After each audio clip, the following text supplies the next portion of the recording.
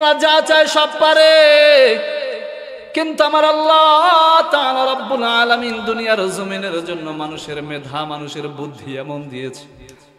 দুনিয়ার জমিনের মধ্যে সিসি ক্যামেরা আছে না নাই? আওয়াজ দিয়ে বলতে হবে, আছে না নাই? সিসি ক্যামেরা যদি বাসায় থাকে, দোকানে থাকে, অফিসে থাকে, যদি চোর যায় ওখানে চুরি করার জন্য, চোরটা ধরা সহজ হয়ে যায়। বলে কেন? বলে সিসি ক্যামেরায় ধরা পড়ছে কোন বান্দা অফিসে ঢুকছে, কোন চোর ঢুকছে, না কোন অপরাধ করছে। অপরাধ করা ব্যক্তি সিসি ক্যামেরায় ধরা খাইছে। এ মুসলমান, এটা হলো দুনিয়ার মানুষের মেধা। আল্লাহ তাআলা দিয়েছে, বান্দা তোমার মেমোরিটা কাজে লাগাও, মাথাটা কাজে লাগাও, বুদ্ধি কাজে লাগাও। আল্লাহ তাআলার আদেশ মতো বান্দা তুমি সিসি ক্যামেরা বানাইলা, চোর ধরার জন্য তুমি বানাইলা। ওই বান্দাকে যদি তুমি ডাইকা বলো সরকারি আদেশ আসছে, তুমি যেখানে যাও না কেন তোমার জন্য 2টা বডিগার্ড থাকবে। ওই বান্দা যেখানে যায় না কেন, বান্দা চিন্তা করবে আমি যদি চুরি করতে যাই 2টা বডিগার্ড আছে না নাই। ওই বান্দা চিন্তা করবে আমি যদি ডাকাতি করার জন্য যাই আমার সাথে 2টা বডিগার্ড আছে, আমার ডাকাতি করা যাবে না। ওই বান্দাকে যদি দুনিয়ায় বৈশা বলা হয়, ও বান্দা তোমার সাথে একটা ক্যামেরা লাগাই দেওয়া হবে, তুমি কোন কোন কাজ করো, সারাদিন তুমি সকাল থেকে সন্ধ্যা পর্যন্ত কোন কাজ করো, এটা তোমাকে ক্যামেরা লাগাই দেওয়া হলো। ক্যামেরায় সব লিপিবদ্ধ হবে, লেখা হবে, ক্যামেরায় সব কিছু দেখা হবে তুমি কোন কাজ করো, তুমি কি ভালোর দিকে যাও নাকি খারাপের দিকে যাও। ওই বান্দা আল্লাহকে যতটুকু ভয় করবে তার থেকে ওই ক্যামেরাওয়ালা ব্যক্তিকে, ক্যামেরাটাকে বেশি ভয় করবে। কথা বলেন ঠিক কিনা? চিন্তা করবে আমার সাথে ক্যামেরা আছে, আমি তো আকাম করতে পারবো না। চিন্তা করবে আমার সাথে ক্যামেরা আছে, আমি ঘুষ খাইতে পারবো না। চিন্তা করবে আমার সাথে ক্যামেরা আছে, আমি কোনো অপরাধ করতে পারবো না। দুনিয়ার মানুষের ভয় বান্দার দিলের মধ্যে ঢুকে গেছে। কিন্তু আল্লাহ তাআলা বলে, বান্দারে তোকে আমি দুনিয়ার জমিনে পদার্পণ করলাম, তোকে আমি দুনিয়ার জমিনে পাঠাইলাম, তোকে আমি দুনিয়ার জমিনে পাঠাই দিয়েছি। যখন তুই বালেগ হয়ে গেছো, আমি আল্লাহ তোর জন্য 3টা ফেরেশতা তোর শরীরের মধ্যে আমি আল্লাহ নিযুক্ত করে রেখে দিয়েছি। আরেকটু চিল্লায় বলেন সুবহানাল্লাহ। ফেরেশতা কয়জন? 3 জন। জোরে বলেন ফেরেশতা কয়জন? আমরা মনে করি ডান কাতে একজন ফেরেশতা আছে, বাম কাতে একজন ফেরেশতা আছে। ভালো কাজ করলে একজন ফেরেশতা লেখে, খারাপ কাজ করলে একজন ফেরেশতা লেখে। আমরা বলি মালাকুল মাউত একজন আজরাইল আছে, যখন হুকুম হয় তখন আজরাইল আসে, কিন্তু হুকুম ছাড়া আজরাইল কারোর সাথে আসে না। কথা বলেন ঠিক কিনা? তো আমাদের 2 কাজে 2 জন ফেরেশতা আছে না নাই? কিরামান কাতিবিন। আমরা মনে করি কিরাম একজন, কিরামান কাতিবিন 2 জন ফেরেশতা, কিন্তু না, কিরামান কাতিবিন শব্দের অর্থ হলো 2 জন ফেরেশতা নয়, এখানে ফেরেশতাগণ লিপিবদ্ধ করে, এজন্য বলা হয়েছে কিরামান কাতিবিন। অসংখ্য ফেরেশতা হতে পারে, 2 জন ফেরেশতা লিখতেছে, তাদের বিশ্রাম প্রয়োজন হলে তারা বিশ্রামে চলে যাবে, আবার 2 জন ফেরেশতা এসে লিখবে। কিন্তু তোমার ডান কাতে যে থাকবে, বাম কাতে যে থাকবে, এটা কিন্তু সত্য। এটা কি? কিরামান কাতিবিন। সম্মানিত লেখকগণ, তুমি কোন কোন কাজ করতেছো এটা আল্লাহ তাআলার হুকুমে লিপিবদ্ধ হয়ে যায়। সুবহানাল্লাহ পড়েন। আর একজন রহমতের ফেরেশতা আল্লাহ তাআলা তোমাকে নিযুক্ত করে দেয়। বলে কেন? আল্লাহ তাআলা রব্বুল আলামিন তোমার জন্য একটা ফেরেশতা নিযুক্ত করে দেয়। কেন জানো? আল্লাহ তাআলা রব্বুল আলামিন বলে, আমি একজন ফেরেশতা সব সময় নিযুক্ত করে রাখি, ওই বান্দা একজন রহমতের ফেরেশতা থাকে, ওই বান্দা যা করে সব কিছু ওই ফেরেশতা লিপিবদ্ধ করে রাখি। তাহলে আমাদের জন্য 3 জন ফেরেশতা আছে না নাই? কিন্তু তারপর মালিকের ভয় নাই, তারপর আমরা মালিককে ভয় করতে পারি না। কিন্তু আমরা দুনিয়ার সিসি ক্যামেরা ভয় পাই, দুনিয়ার মানুষদেরকে ভয় পাই। কিন্তু আল্লাহ তাআলা বললেন, তোমাদের জন্য আমি ফেরেশতা নিযুক্ত করে দিলাম। ও মুসলমান ইমানদার, আল্লাহ তাআলা যেই ফেরেশতা নিযুক্ত করে দিয়েছে তুমি ভালো কাজ করলেও সব কিছু ফেরেশতারা লেখে, আর খারাপ কাজ করলেও সব কিছু ফেরেশতারা লেখে কি লেখে না? এখন আল্লাহ তাআলা বললেন, আল ইয়াউমা নাখতিমু আলা আফওয়াহিহিম ওয়া তুকাল্লিমুনা আইদিহিম ওয়া তাশহাদু আরজুলুহুম বিমা কানু ইয়াকসিবুন। আল্লাহ তাআলা ঘোষণা করে বলেন, ও মুসলমান, ইমানদার আল্লাহর গোলাম, আল্লাহ তাআলা রব্বুল আলামিন দুনিয়ার জমিনের মধ্যে যা কিছু ফেরেশতা নিযুক্ত করে দিয়েছে, কিন্তু তুমি মনে করো আল্লাহ সব কিছু দেখে, তোমাকে কিছু বলে না কেন জানো? কারণ কিরামান কাতিবিন, সম্মানিত লেখকগণ, সম্মানিত ফেরেশতা আছে না নাই? কথা বলেন, আছে না নাই? একজন ফেরেশতা ভালো জিনিস লেখে আর একজন ফেরেশতা খারাপ জিনিস লেখে। যখন বান্দা তুমি একটা গুনাহ করে ফেলো, যখন বান্দা তুমি একটা গুনাহ করো, ডান কাদের ফেরেশতা নিষেধ করা হয়, ও বাম কাদের ফেরেশতা, বান্দা একটা গুনাহ করছে, তুমি একটা গুনাহ লিখিও না। বলে কেন? বলে তুমি একটু অপেক্ষা করো, এই বান্দা দেখো তওবা করে কিনা। তওবা করার সঙ্গে সঙ্গে তুমি আল্লাহ তাআলার পক্ষ থেকে বান্দার গুনাহগুলো তুমি আর লেখো না। ফেরেশতা নিষেধ করে যে একজন ফেরেশতা বলতেছে আমি গুনাহ লিখে ফেলি, আরেকজন ফেরেশতা সাপোর্ট করতেছে যে না, বান্দা একটা গুনাহ করেছে, তুমি গুনাহটা লেখো না, তুমি অপেক্ষা করো বান্দা তওবা করে কিনা। সুবহানাল্লাহ। ফেরেশতা হাদিসের মধ্যে এসেছে, ফেরেশতা ঘোষণা করে বলে, যেই বান্দা একটা গুনাহ করেছে তুমি অপেক্ষা করো, এই বান্দা পাঁচটা গুনাহ করে, পাঁচটা গুনাহ পর্যন্ত তুমি অপেক্ষা করো। যতক্ষণ পর্যন্ত পাঁচটা গুনাহ করবে না, ততক্ষণ পর্যন্ত তার আমল নামায় একটাও গুনাহ লিখবা না। সুবহানাল্লাহ পড়েন। ওই বান্দা যখন একটা ভালো কাজ করে, ডান পাশের ফেরেশতা ভালো কাজের সব তার আমল নামায় লেখা হয়। ওই ফেরেশতা ডাক দিয়ে বলে, কি ব্যাপার? বলে বান্দা একটা নেকের কাজ করেছে, একটা নেকের কাজ করলেই আল্লাহ তাআলা 10টা নেকি দিয়ে দেয়। ডান পাশের ফেরেশতা ডাক দিয়ে বলে, ও বাম পাশের ফেরেশতা শুনো, এই বান্দা একটা নেকের কাজ করেছে, একটা নেকের কাজের বদৌলতে যেই বান্দার আমল নামায় 5টা গুনাহ ছিল, 5টা নেকের বদৌলতে তুমি তার 5টা গুনাহ মাফ করে দাও। এ মুসলমান, আল্লাহ তাআলার কত মায়া, আল্লাহ তাআলার কত দয়া। আমার আল্লাহ তাআলা বলে, ইয়া আইয়ুহাল্লাযীনা আমানুত্তাকুল্লাহ হাক্কা তুকাতিহি ওয়া লা তামুতুন্না ইল্লা ওয়া আনতুম মুসলিমুন। আল্লাহ তাআলা বলেন, ইয়া আইয়ুহাল্লাযীনা আমানুত্তাকুল্লাহ, হে ঈমানদারগণ, তোমরা এক আল্লাহকে ভয় করো। কারণ ভয় করতে হবে একজন আল্লাহকে, কারণ আল্লাহ ছাড়া আমাদের আর কেউ নাই। আল্লাহ হলো আমাদের সর্বশ্রেষ্ঠ। কথা বলেন ঠিক কিনা? আল্লাহ হলো আমাদের সর্বশ্রেষ্ঠ। আল্লাহ হলো আমাদের রব, আল্লাহ হলো আমাদের খালেক, আল্লাহ হলো আমাদের মালিক, আল্লাহ হলো জব্বার, আল্লাহ হলো সত্তার, আল্লাহ হলো রহমান, আল্লাহ হলো রহিম।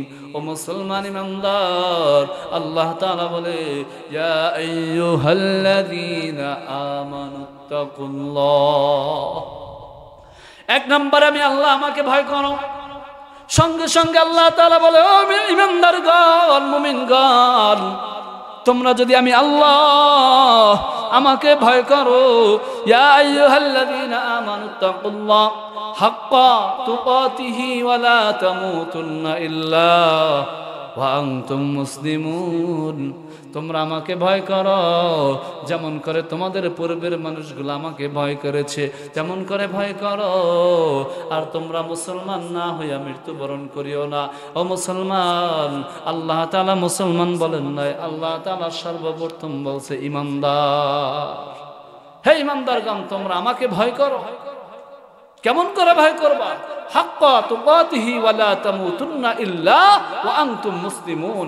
যেমন করে তোমার পূর্বের মানুষগুলো আমি রব আমাকে ভয় করেছে, তেমন করে তোমরা আমি আল্লাহ আমাকে ভয় করো। যদি আমাকে ভয় করতে পারো তাহলে তোমাদেরকে আমি আল্লাহ মুত্তাকি বানায় দেব। সুবহানাল্লাহ পড়েন। আল্লাহ তাআলা মুত্তাকি বানাই দিবেন।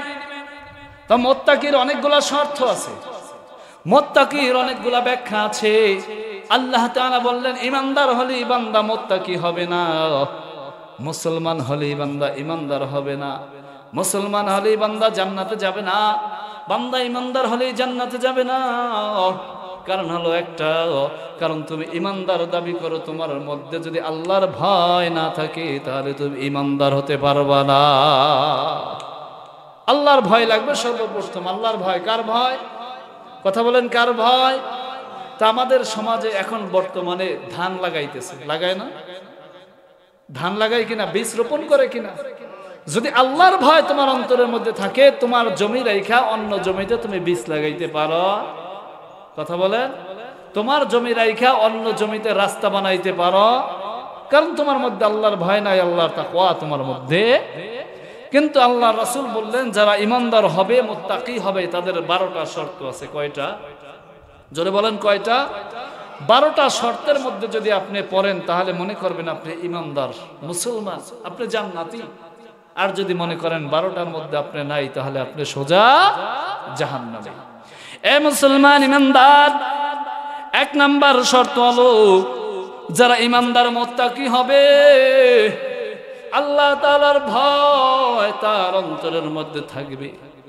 1 নাম্বার, তুমি যদি মুত্তাকি হতে চাও, তুমি মুত্তাকি দাবি করতে চাও, 1 নম্বরে ভয় থাকতে হবে আল্লাহর। সুবহানাল্লাহ পড়েন।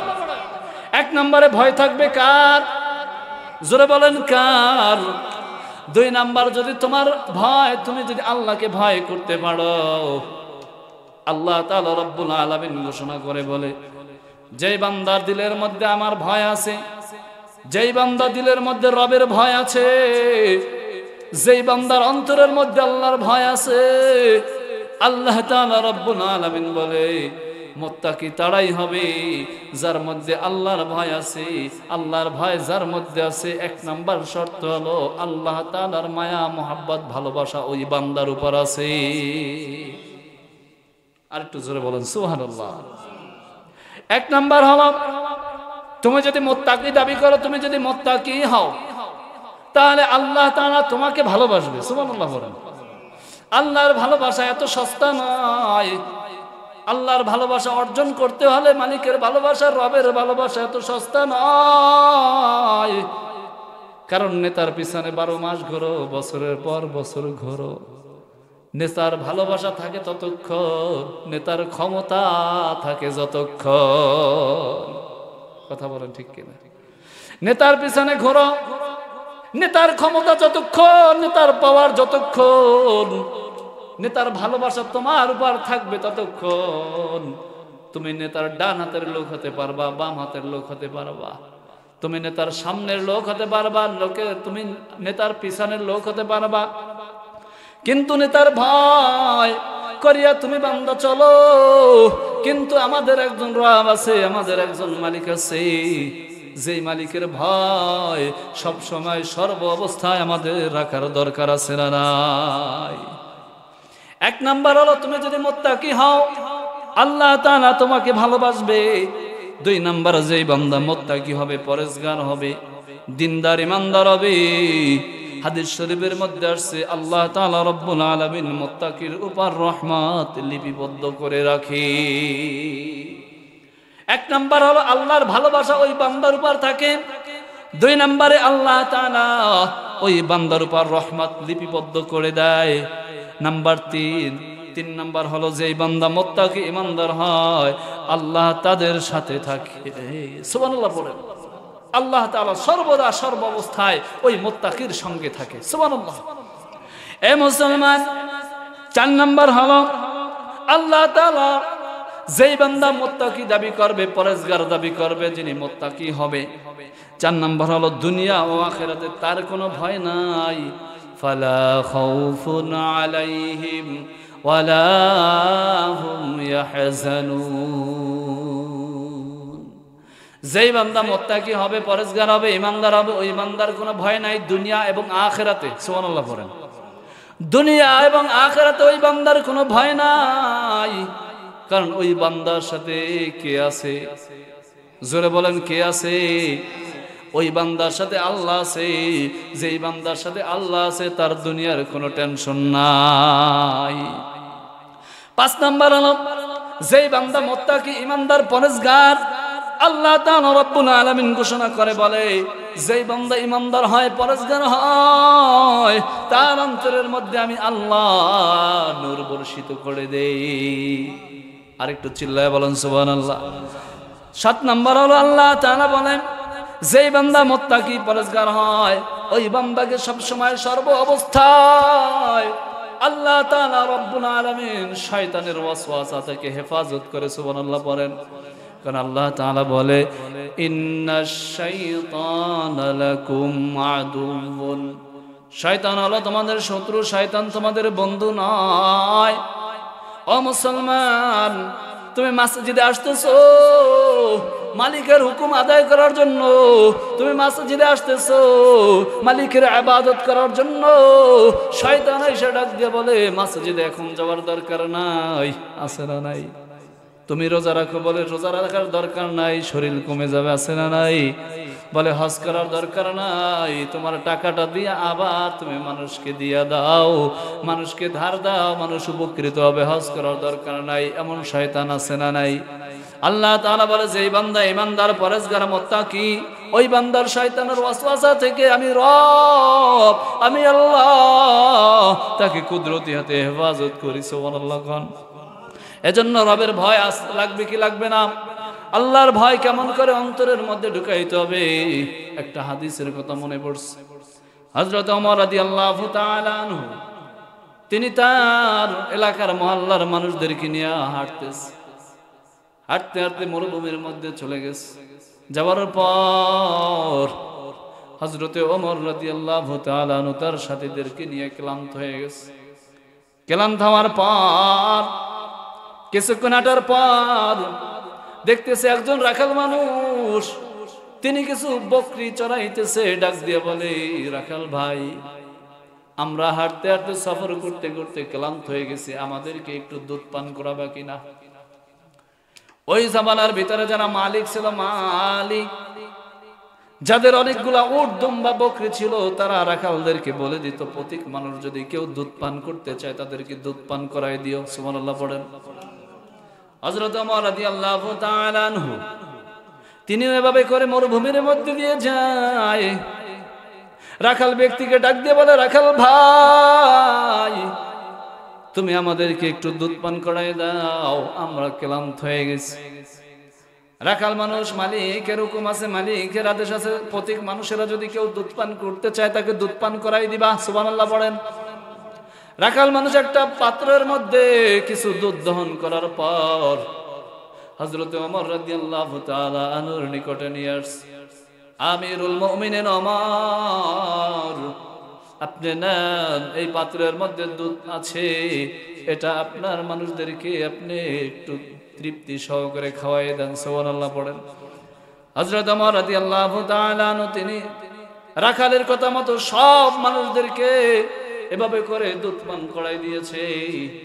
হযরত ওমর রাদিয়াল্লাহু তাআলা আনহু ডাক দিয়া বললেন, ও রাখাল ভাই, তুমি আমাদেরকে দুধ পান করাই দিয়েছো, আমাদের তৃষ্ণা নিবেছে, খিদাও মোটামুটি নিবেছে। হযরত ওমর তাকে পরীক্ষা করার জন্য বলে, ও রাখাল ভাই, আমাদের একটু খিদা রয়ে গেছে, তুমি যদি আমাদেরকে একটা বকরি দান করে দাও, আমাদেরকে একটা বকরি দাও, তাহলে এটাকে আমরা ভুনা করে খেয়ে আমাদের খিদা নিবারণ করতে পারবো। তোমার মালিক যদি জিজ্ঞেস করে যে এই বকরি কোথায়, তুমি বলবা যে একটা নেকড়ে বাঘ এসে বকরি খেয়ে ফেলেছে, অথবা বকরিটা হারাই গিয়েছে। হযরত ওমরের, আমিরুল মুমিনিন ওমরের কথা শুনিয়া রাখাল ব্যক্তি ওমরের দিকে তাকায় রইছে। হযরত ওমরকে ডাক দিয়ে বলে, আমিরুল মুমিনিন ওমর, আপনি দুধ পান করতে চেয়েছেন, আপনাকে দুধ পান করার জন্য আমি দিয়েছি, দুধ খেয়েছেন। ও আমিরুল মুমিনিন, আপনি কেমন করে আমার কাছে বকরি চেয়েছেন? আমার কাছে বকরি চাই কোনো লাভ নাই, আমি আপনাকে বকরি দিতে পারবো না।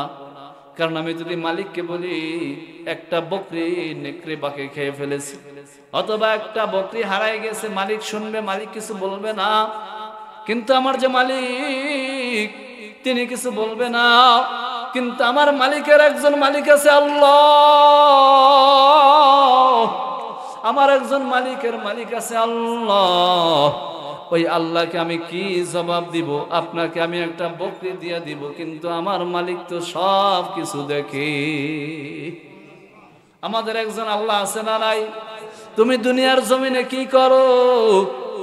দুনিয়ার একটা সিসি ক্যামেরা তুমি ভয় পাও, কিন্তু আল্লাহ তাআলা রব্বুল আলামিন তোমাকে এত সুন্দর করে নিয়ামত দিয়া ফেরেশতা নিযুক্ত করে দিছে। তুমি কি ফেরেশতা একটু ভয় পাও না? তুমি কি এক আল্লাহকে ভয় পাও না? হাসরের ময়দানে আল্লাহ তাআলা রব্বুল আলামিন সব কিছু তোমার হিসাব রেকর্ড ভিডিও সহকারে দেখানো হবে।